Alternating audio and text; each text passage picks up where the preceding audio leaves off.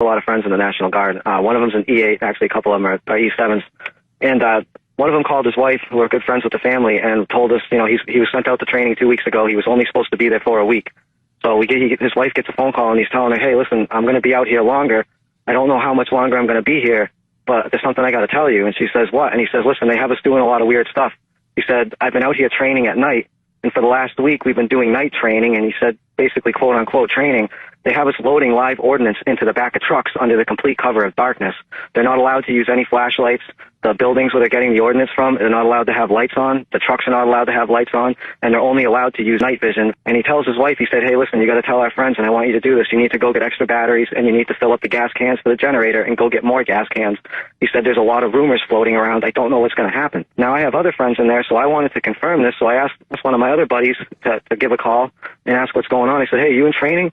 And he said, yeah, I'm in training. I'm in New York. He said, I'm only supposed to be here for 2 weeks, and now they're telling us that they don't know how long we're going to be here. And I asked him, I said, are you training at night with live ordnance? And there was about an hour pause before a message came back. And he said, how the bleep do you know that? And he doesn't know I'm talking to the other one. I guess the most creepy thing he was saying is that they're loading truck after truck with live ordnance under the complete cover of darkness. And he told me that in his 15 years of service, he's never done any type of training like this. And they've never sent them to New York to do this. Usually when the Massachusetts National Guard does their training, they go down to the Bourne base, which is on the Cape, or they go to Fort Devens.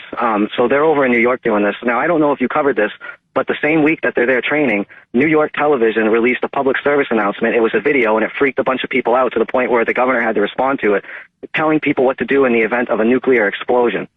So it just seems to me like things are really getting serious over here, enough where people that are 15, 20 years in are freaked out by what's going on and calling their wives, telling them to go buy extra batteries, go get extra food, go fill up the gas cans for the generator, tell our friends to do this.